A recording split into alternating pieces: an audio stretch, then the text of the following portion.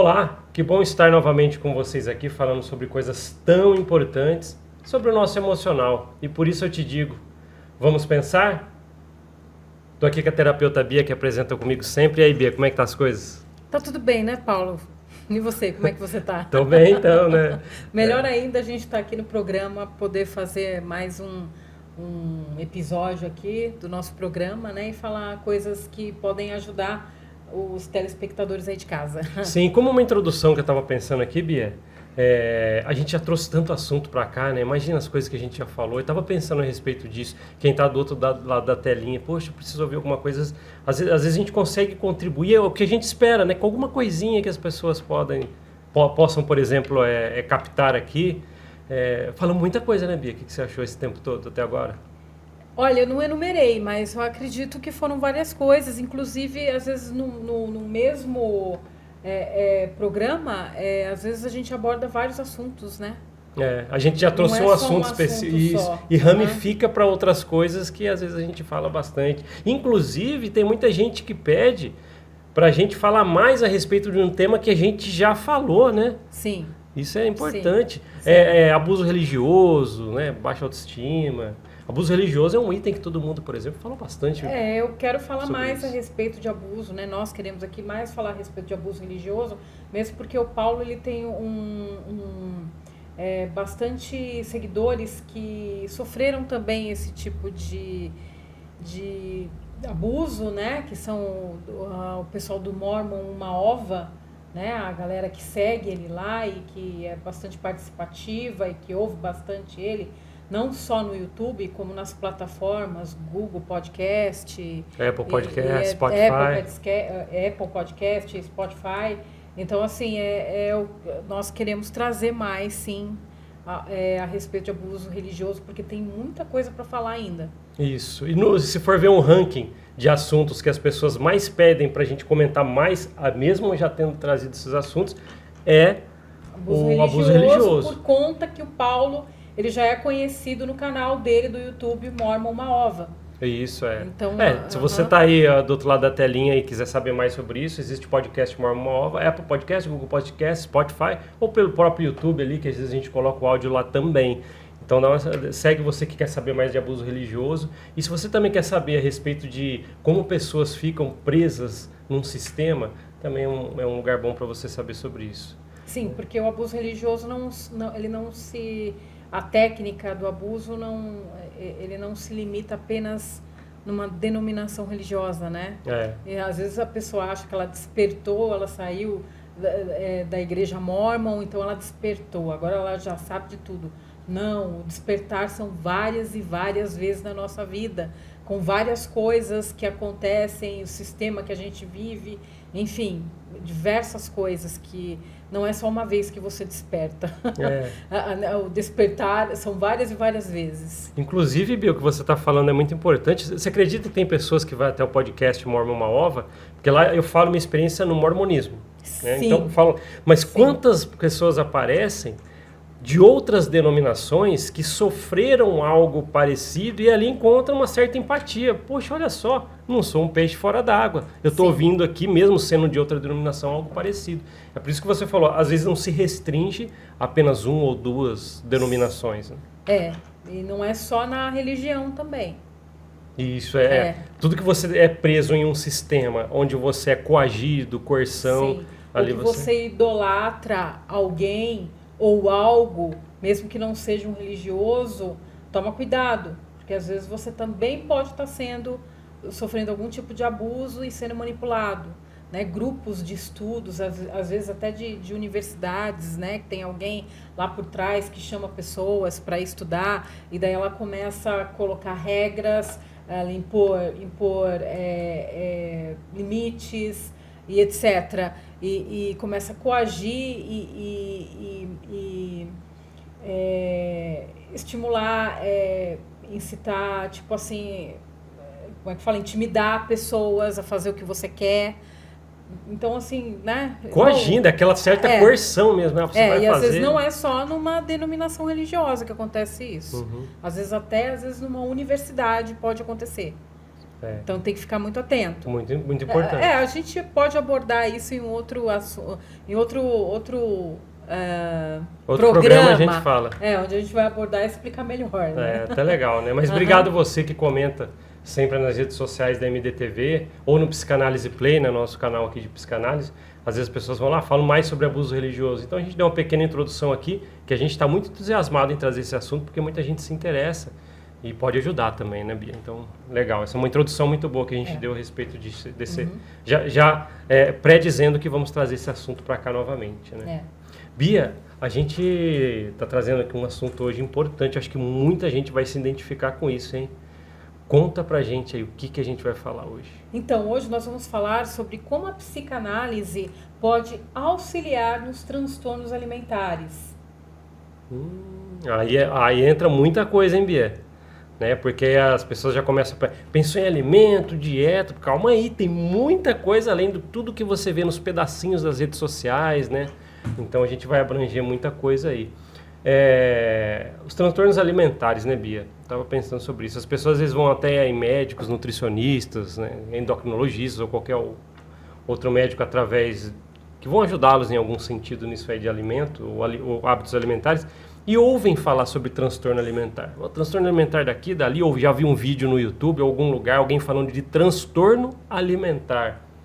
O que a gente pode dizer, Bia? O que você já viu sobre o que é transtorno alimentar? Então, eu gostaria de começar citando falar, né, o que é o transtorno alimentar. Né? Segundo a Organização Mundial da Saúde, ela define o transtorno alimentar como são transtornos alimentares que têm condições psiquiátricas caracterizadas por alterações persistentes nas refeições ou em comportamentos relacionados aos hábitos alimentares. Né? Ou seja, a pessoa ela come de uma forma transtornada. Né? Hoje existe uma forma mais assim, vamos dizer assim, atual de se definir transtornos alimentares. Né? São comportamentos desorganizados diante da comida e todos eles estão ligados a fatores emocionais. Entendeu? Então, quais são esses transtornos alimentares? No DSM-5, que é o Manual de Transtornos Mentais da Psiquiatria e da Psicologia, ela classifica, né, os tipos de transtorno alimentares como alguns, mas ao decorrer de médicos, psiquiatras e também nutricionistas que são especialistas na área do transtorno alimentar, eles já observaram vários outros tipos de comportamentos transtornados diante da comida e diante da saúde que não estão registrados ainda no Manual de Transtornos Mentais da Psiquiatria e da Psicologia, mas que eles já têm classificações devido a grandes estudos e grande visualização dentro dos consultórios, entendeu? Então eu vou citar algum deles, que eu acho que todo mundo já sabe, né? A compulsão, que é o ato de comer exageradamente, né? Mas assim, são quantidades assim, absurdas, exacerbadas, né? Muitas vezes as pessoas elas definem a compulsão alimentar como assim, eu tô com vontade de comer um chocolate, né? O chocolate é muito bom, muito gostoso. Então eu como bastante chocolate de uma vez. Só que beleza, tá, amanhã, depois de amanhã, no dia seguinte, depois mais pra frente, eu não vou mais comer daquele jeito, né?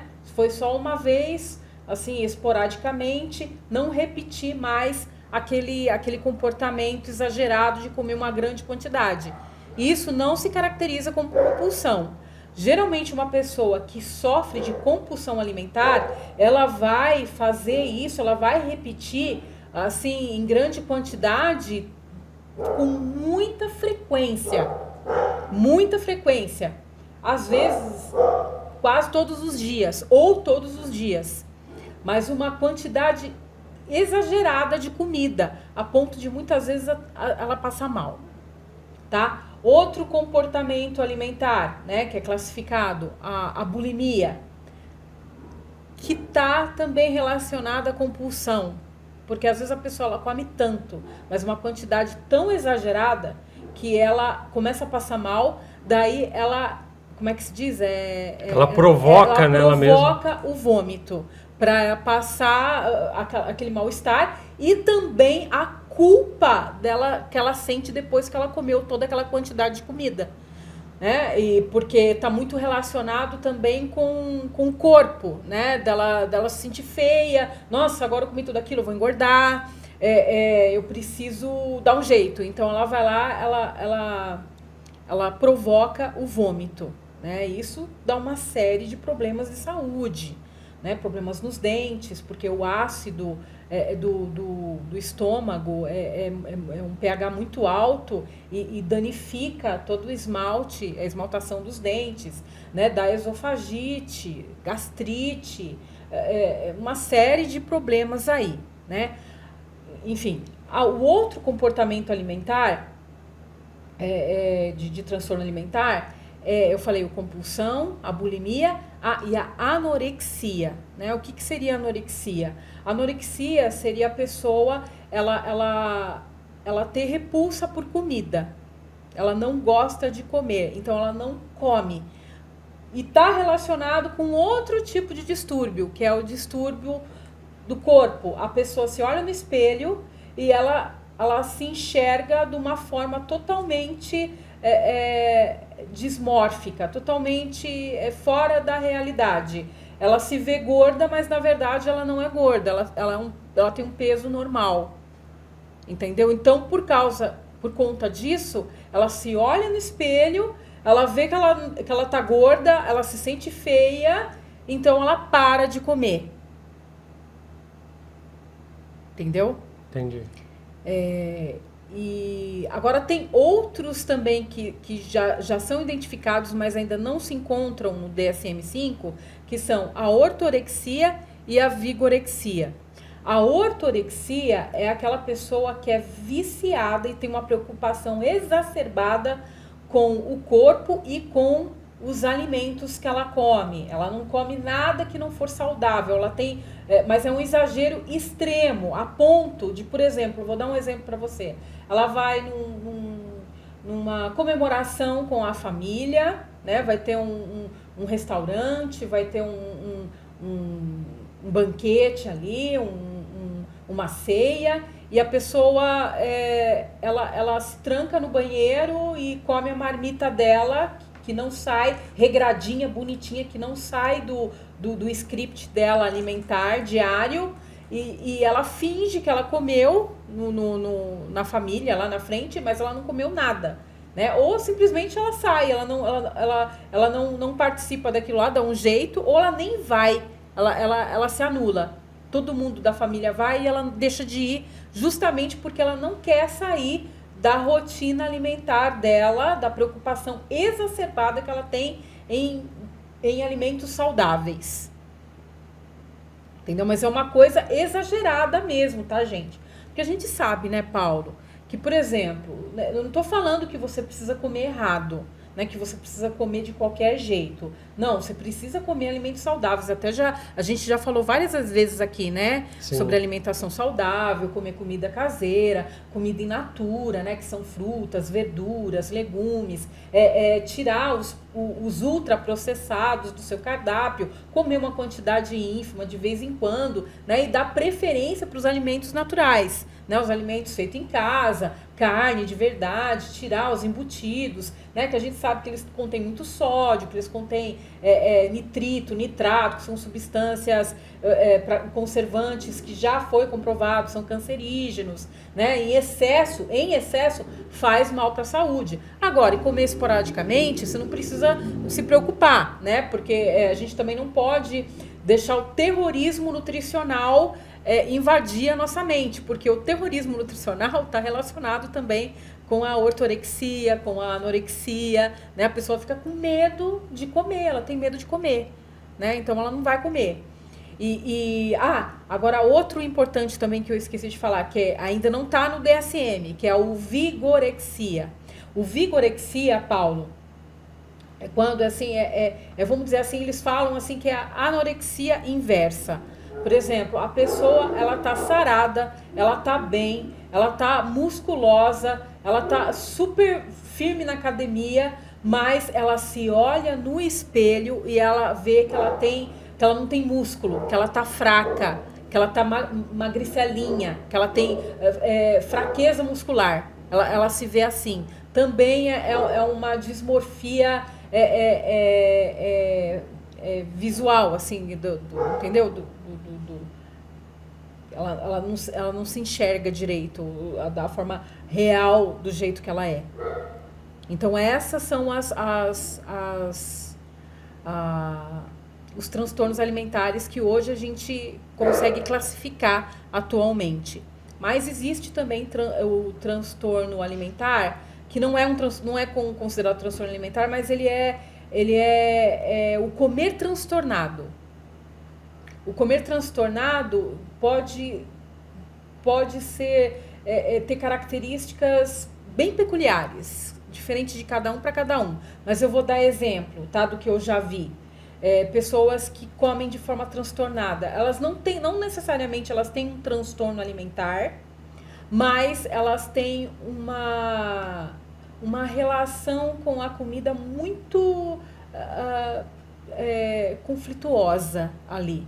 Ela não sabe o que comer, ela às vezes come demais, às vezes tem ela fica com, como é que se diz quando a pessoa ela fica só focada só num tipo de coisa?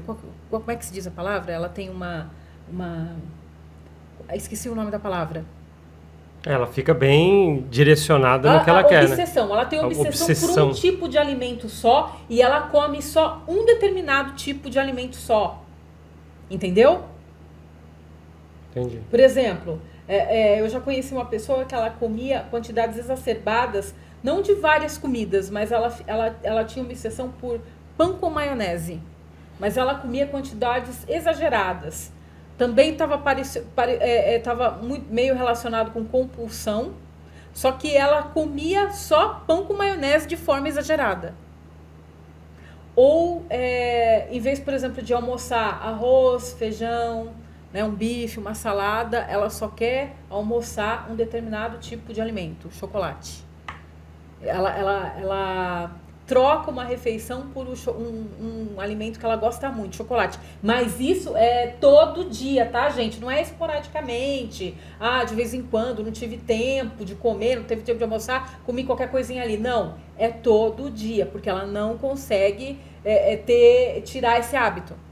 Daí ela começa a ficar doente, muito doente. Sabe o que eu percebi, Bia? Você classificou aí vários itens que foi classificado quanto a esses transtornos. Eu vi que muito envolve a culpa, né? Eu acho que seria legal a gente falar um pouquinho a respeito disso, porque o comer é uma coisa saudável. É lógico que você tem que fazer as regulações para que seja saudável, mas o comer com culpa leva a transtornos. Então eu fico pensando a respeito disso, né? Como que é esse mundo de você comer a sociedade ou alguma coisa, ou que já está dentro da sua cabeça, que você está armazenando ali no inconsciente, vem através de alguma coisa emocional e você acaba comendo por culpa. Por exemplo, a gente falou da bulimia. Caramba, isso é super culpa. Comi, não quero mais o alimento que eu acabei de comer e tem uma culpa grande, você quer eliminar isso. Como é que é comer com culpa, Bia? Olha que loucura. Então, Paulo, pode estar relacionado por isso que a psicanálise, hoje, ela é uma ferramenta muito reconhecida, é uma ferramenta, tá? E utilizada para auxiliar no tratamento dos transtornos alimentares. Por quê? A psicanálise, o que ela é? Ela aborda o inconsciente, ela estuda o inconsciente humano. Então, por meio do inconsciente, você pode descobrir traumas, emoções, experiências anteriores, geralmente na infância, que estão contribuindo com o seu transtorno hoje. Né? Porque a comida ela está totalmente relacionada com o nosso emocional. né? Muitas pessoas, né? E às vezes eu fico triste porque tem muitos profissionais da área da saúde que eles esquecem esse detalhe, né? Quem estuda neurociência sabe que o ato de comer não é apenas um ato isoladamente de necessidade nutricional para nutrir e ter combustível para o seu corpo e seu organismo funcionar. Não é apenas isso, ele não define apenas isso. O alimento, ele está relacionado muito com o nosso emocional, com as nossas memórias afetivas, muitas vezes até lá atrás, quando a gente era criança, às vezes no colo da mãe, no colo da mãe na hora da amamentação. Entendeu? Aquela comidinha, aquela papinha que você fez desde criança, né? Que a mãe fez, às vezes está relacionado a nisso. Então, por isso, em outros episódios, né, do programa, a gente falou, né, a respeito sobre a nossa... A construção da nossa self, do nosso eu, que tem tudo a ver com as nossas primeiras lembranças e experiências sociais na infância, logo que a gente era um bebê, né? Então, assim, aquela transferência de mãe para filho, filho para mãe, né? Quando o primeiro olhar que a criança tem de outro, né? De outro ser, muitas vezes no caso o cuidador, muitas vezes a gente vai falar a mãe, né?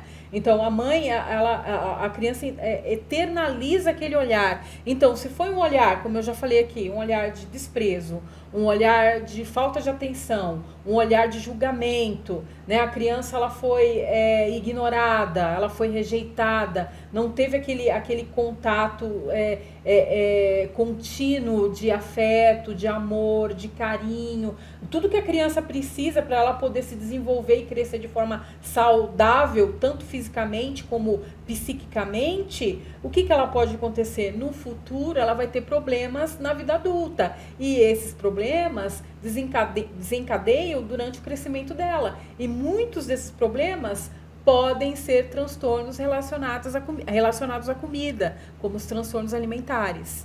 Sabe o que eu fiquei pensando aqui, Bia? Você acabou de falar, e eu concordo muito com você, que as coisas podem ter dado início, né, por exemplo, a um transtorno alimentar numa vida adulta, lá na infância. Na infância. Aí fiquei imaginando cenários onde os próprios pais, por exemplo, às vezes não têm as instruções de como fazer. Ah, filho, eu preciso fazer as coisas de casa aqui, fica aí no sofá comendo um salgadinho ou um fast food para ser mais rápido, que eu tenho coisas para fazer. E nem os pais, às vezes, têm as instruções de como fazer. Essa criança, por exemplo, ela come de uma maneira desorganizada na infância e ela vai lá no futuro ser uma pessoa que tem um transtorno alimentar. Aí se culpa, fica falando, poxa, o que será que eu fiz? Por que eu sou assim? E às vezes, se ela vai numa terapia, ela pode identificar, muita coisa começa lá atrás de transtorno alimentar, né, Bia? Paulo, até como você falou, né? No caso, isso seria hábitos alimentares ruins, que são herdados, né? De geração para geração.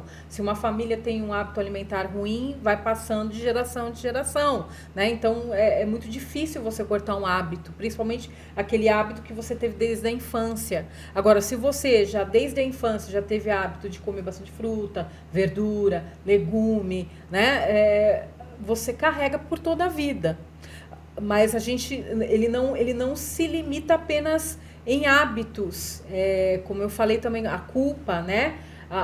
Por exemplo, a compulsão alimentar, a obesidade está muito relacionado, principalmente em mulheres, mulheres que teve uma relação muito caótica com a mãe, porque daí vem a culpa. E vem também o transtorno de imagem, né? Às vezes aquela mãe que, por exemplo, a criança internalizou aquele olhar julgador ou aquele olhar de ironia, né? Às vezes muitas mães que ridicularizam a filha. Ah, você tá gorda. Ah, quando eu tinha sua idade, eu era mais magra e muito mais bonita que você. Então, assim, as coisas assim que às vezes é desde a infância, e a criança ela vai crescendo e ela vai começando a ter transtorno de imagem. Posso dar um exemplo antes de você continuar, Bia? Me lembrei de uma pessoa que falou uma vez na terapia. E ela nem é gorda, tá? E ela nem é gorda. É que a mãe fez ela acreditar que ela é gorda. Bem lembrado, né? Uhum. É bom as pessoas saberem disso, porque me lembrou um fato na terapia, por exemplo, que a pessoa estava contando do passado e eu entendi o start do problema pode ser ocasionado por isso. Por exemplo, uma mãe que falou alguma coisa que não deve ser falada às vezes para uma filha para que não alimente um emocional que fique doente depois. Me lembrou uma pessoa que falou na terapia, estava com fome quando cheguei da escola, eu fui pegar a comida na minha casa e coloquei um prato de comida com muita coisa porque eu estava com fome, ela falou. Aí a mãe já viu ela com o prato e falou algo como, olha, comendo desse jeito você nunca mais vai passar nem na porta. Você falar isso para uma adolescente, por exemplo, nossa, isso aí pode mexer com a cabeça dela em diversos outros fatores que mexem a autoestima, transtorno de imagem. Muito importante as pessoas que estão assistindo a gente saber que isso pode estar acontecendo agora. E existem outros fatores. O que você acha, Bia?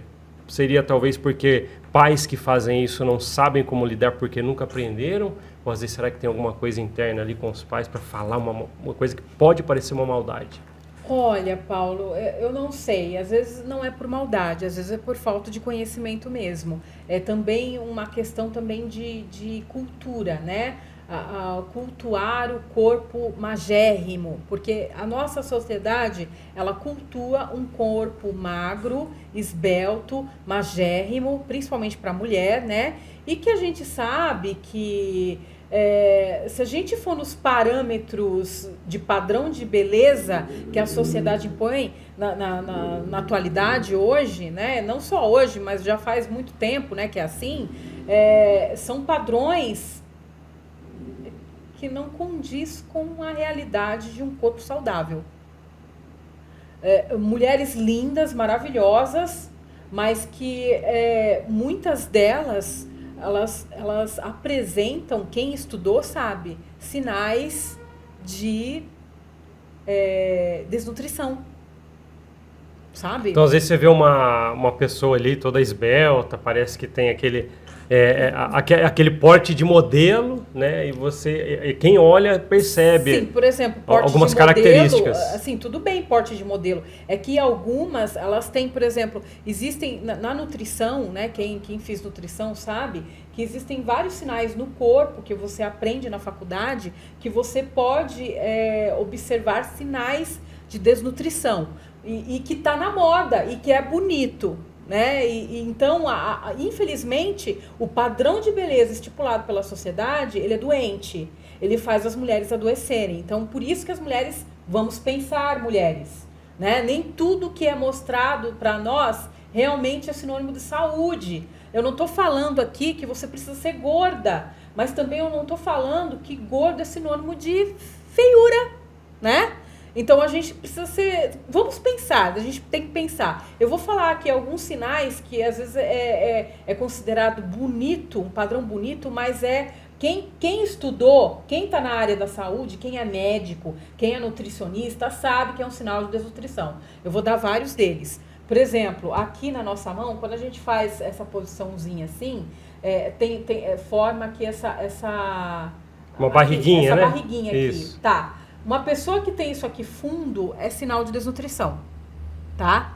Mas a gente não pode classificar a pessoa só com um fator isoladamente, tá? Existe todo por exemplo, um aparato de um conjunto, né? É um conjunto de coisas. De sangue, para você ver se tem algum desequilíbrio nutricional, se você está faltando alguma vitamina, se está faltando minerais, se está faltando proteína, ferro, etc, né? Então, agora, esses são sinais, como que eu vou dizer, clínicos, né? Que você consegue ver examinando o corpo da pessoa. Esse é um. Existem outros, por exemplo, que é o da moda e que é lindo, né? Que é aqui, que a gente faz até a bichectomia, né? Que você tira um músculo que tem aqui na nossa bochecha, que faz ficar bochechuda, né? E esse músculo era utilizado para sugar o leite da mãe, quando a gente era bebê. Daí, quando a gente cresce, assim, tecnicamente falando, né, fala que ele é inútil. Pode viver sem ele. Pode viver sem ele. Então, você tira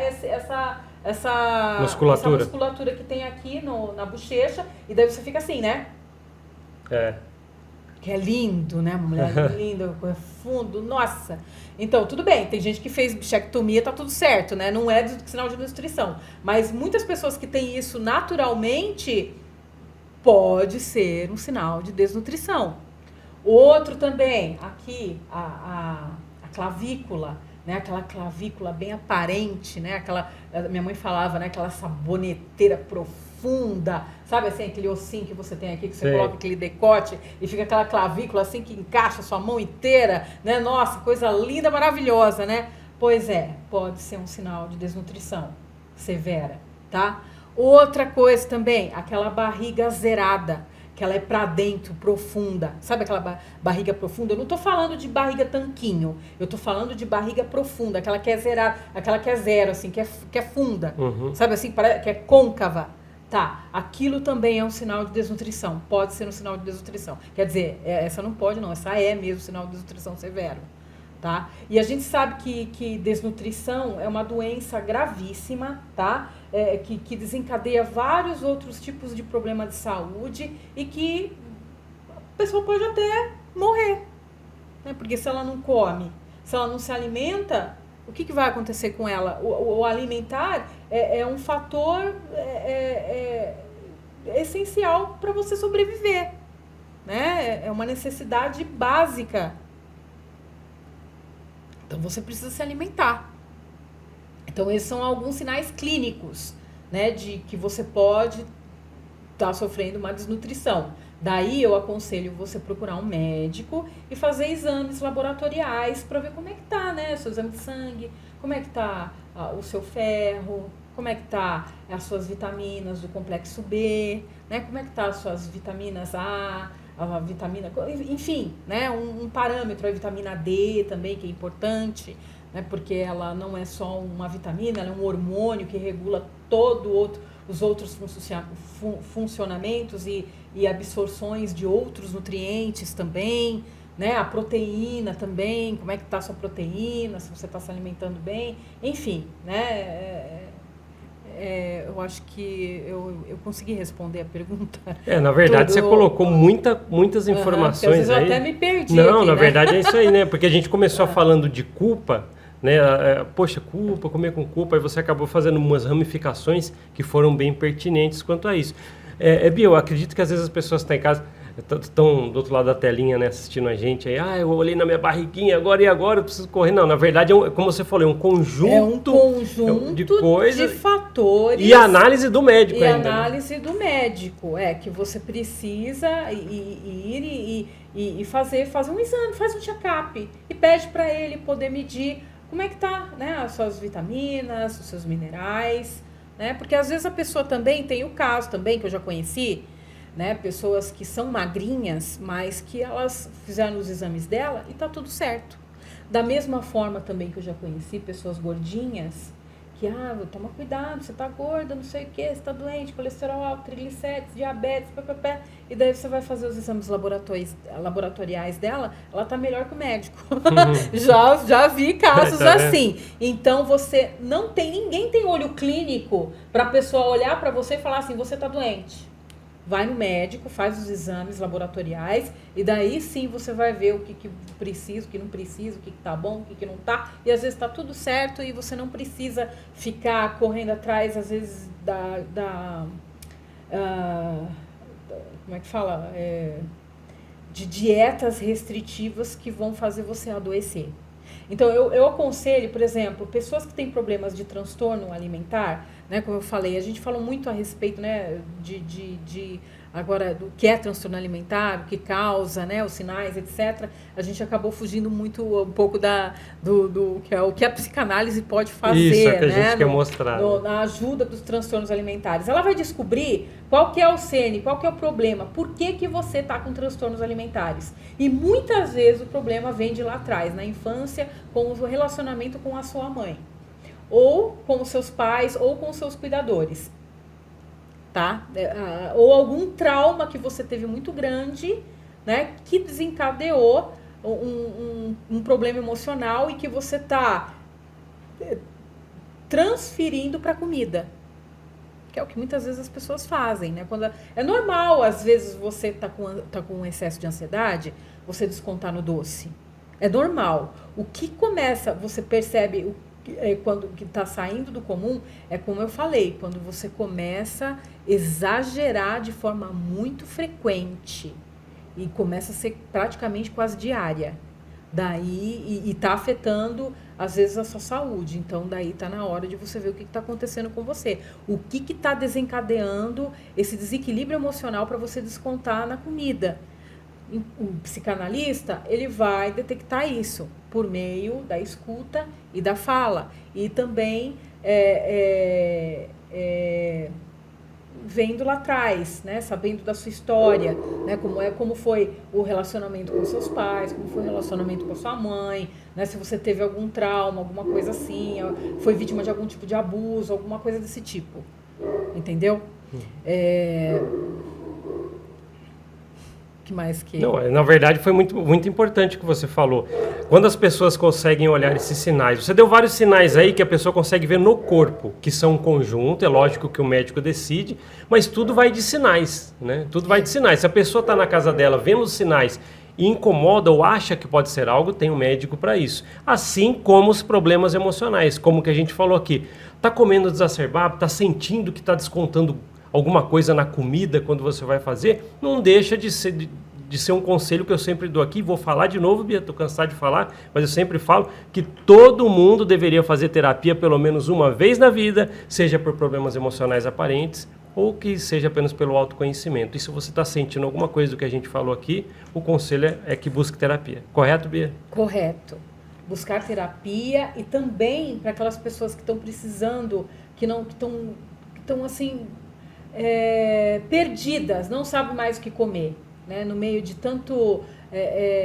hoje a gente vive, Paulo, a gente vive numa época que nunca se falou tanto em comer saudável, em alimentação saudável, em fazer exercícios, etc. Mas também, ao mesmo tempo, a gente nunca viu tanta gente com tanto transtorno alimentar e com tantos problemas de saúde. Por quê? Porque as pessoas, elas têm muita desinformação, tem muita gente falando coisas erradas para você a respeito de alimentação, né? Que são o terrorismo nutricional, né? A ortorexia também, a pessoa, esqueci de falar, além dela se preocupar muito com comer saudável, ela também é uma forma, ela busca se exercitar de forma patológica, excessiva, a ponto às vezes até de se machucar, né? Então, assim, tudo tem um equilíbrio, né? A gente sabe que se exercitar, fazer atividade física é essencial para a saúde de uma pessoa. Independente se você tem o sonho de ser um esportista de alto rendimento ou se você, eu não quero ser um esportista de alto rendimento, mas eu quero sim estar bem comigo mesmo. Eu quero ter um corpo melhor, né? Eu quero tá mais saudável, e isso é inevitável. A gente precisa saber exercitar.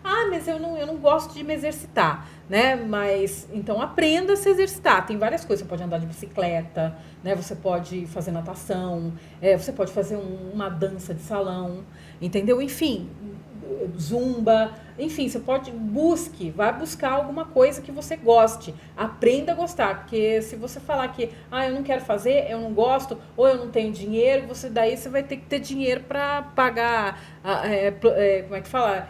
Médico e remédios que são caríssimos. Então é melhor você cuidar da prevenção, né, que vai ser muito mais barato, vai ser muito mais saudável, vai ser menos sofrida do que você esperar adoecer e gastar horrores com medicamentos, com saúde, com médico, né, médico, né, e etc e tal, né? E eu posso falar por mim, né? Às vezes as pessoas eu falo muito a respeito desse assunto, né? Eu não sei, muitas pessoas não sabem, mas eu estudei nutrição, né? Então, assim, eu gosto de falar muito a respeito disso, porque foi por meio da nutrição que eu descobri que a psicanálise era uma ferramenta para transtornos alimentares. E foi na faculdade de nutrição que eu descobri que eu tinha transtornos alimentares desde a infância. Né? Então foi assim um achado muito grande para mim, né? Então, assim, quem me conheceu lá atrás e me conhece hoje, vi que eu tive é perceptível, eu tive uma melhora muito grande, né? Eu já cheguei já nos 120 quilos, né? E hoje eu estou bem melhor, né? Lógico que é uma caminhada ainda, eu estou no processo, mas assim, a atividade física me ajudou muito, né? Eu treino, eu faço atividade física, né? E fez com que eu perdesse o peso, que no meu caso o peso estava fazendo muito mal para mim, o excesso de peso, né? Então, assim, eu tive uma melhora muito significativa na qualidade de vida e de saúde, e também de saúde mental. É importante, hein, Bia? Eu acho que o que a gente falou aqui hoje deve ter mexido com alguém que está em casa lá, pensando a respeito dessas coisas, de como que ela pode estar vivendo algum tipo de transtorno, ou pelo menos ter alguma suspeita dessas coisas que a gente está falando aqui, né? Sim. E o conselho é o mesmo? Procura terapia? O que você acha, Bia? Sim, procure terapia também se você precisa. Isso que eu ia falar, eu estou esquecendo. Se você está precisando de ajuda, você não sabe o que comer, procure uma nutricionista comportamental. Mas ela tem que ser comportamental mesmo. Porque na nutrição existem várias áreas. A área da nutrição esportiva, a área da nutrição que cuida de Yuan, né, que é da indústria, né, da vigilância sanitária, etc. Né, a nutrição clínica, que cuida de doenças, né, que cuida... E tem a nutrição comportamental, que ela é especializada no comportamento alimentar e transtornos alimentares. Que foi o que me ajudou. Nossa, que bom. Uhum. É bom que a gente já falou essas dicas, você deu o seu próprio exemplo. Além né? da psicanálise. Isso, né? Uhum. É legal, Bia, porque tudo que a gente falou aqui deu para ver que transtorno alimentar ou coisas sobre esse assunto casa com a psicanálise mesmo. É um assunto que parece que está muito bem atrelado. Peraí, eu posso ter algum problema com transtorno alimentar ou a maneira com que eu ingiro alimentos, pode ser certo ou não, mas eu acabo de alguma forma desencadeando algum problema emocional se eu não estou fazendo isso bem. É muito importante isso, né, as pessoas saberem. Que está relacionado com o emocional. Isso, exatamente. Com o emocional, com traumas. O ato de comer não é apenas o ato de você, de combustível. Eu vou ingerir para combustível. Ela está muito relacionada com as emoções. E que não é ruim, tá? Agora, é ruim quando está relacionado, como eu falou, culpa, medo, se sentir inadequada, né? Se sentir feia, né? Então a gente tem que pensar, né? Não ir muito nos padrões de beleza estipulados pela sociedade, porque eles adoecem o indivíduo, né? E a gente tem que começar a buscar fontes confiáveis de saúde alimentar, para que a gente não caia em conflito com a comida. Sim, não utilize muito o padrão do Instagram. Sim, a comida não é nossa inimiga. A comida é a nossa aliada. É ela que é o cerne da nossa saúde física e mental. Então você precisa fazer as pazes com a comida. Nossa, bom conselho, hein, Bia? E a comida, quando eu falo comida, lembra sempre disso, é o básico, tá? Corta ultraprocessados e come mais alimentos naturais. Você já vai ver uma grande melhora na tua saúde. Você já vai ver uma grande diferença. Já ajuda. Nossa, que legal, Bia. Eu tava, conforme você foi falando essa última fala, eu fiquei pensando quanta coisa a gente já falou aqui sobre isso, né? Muitas coisas. Quem está do outro lado da telinha, espero que tenha captado. Procure novamente depois para assistir nas redes sociais da MDTV, caso você queira rever esse programa, que eu acho que é muito importante. Mas é isso, Bia, acho que a gente conseguiu... Tem muita coisa, a gente ia falar muita coisa sobre como a psicanálise ajuda nisso. A gente pode falar... Deu uma pinceladinha de alguma coisa. Pode fazer um programa 2, daí a gente vai falar mais focado na psicanálise, o que acontece, né? O que a psicanálise pode fazer para ajudar, mas eu acredito que eu acho que deu para dar uma introdução ali, né? Foi uma boa introdução, né? Se a gente for tocar no assunto de novo, que eu espero que a gente faça assim. Vamos trazer. Siga a doutora Sophie Deran no Instagram, né? Que ela é uma nutricionista comportamental renomada, tá? Ela já escreveu vários livros, inclusive foi ela que me ajudou, e ela tem dicas de saúde que servem para todas as pessoas. né? Mesmo se você quer um esportista de alto rendimento, ou se você é uma pessoa comum que só quer melhorar o seu relacionamento com a comida, enfim, ela vai dar dicas maravilhosas para a pessoa que está correndo atrás de ter uma saúde melhor. Boa dica. Então, fica aí as coisas que a gente falou para vocês. Vamos trazer sim outro programa. Não tem como não falar sobre isso, mas né, é um curto período de tempo aqui nesse programa, por isso que a gente às vezes tem que recorrer à parte 2 de alguns assuntos aqui. Então tá bom, Bia. Obrigado pelos assuntos que você trouxe aqui, foi bastante. E acabou o nosso tempo, né? Acabou o nosso tempo, né? Mas é isso. Então tá bom. Então, devido a todas as coisas que a gente trouxemos para vocês aqui, eu e a terapeuta Bia, que são coisas importantes, espero que você esteja do outro lado atento aí. Devido a tudo isso, eu digo, vamos pensar?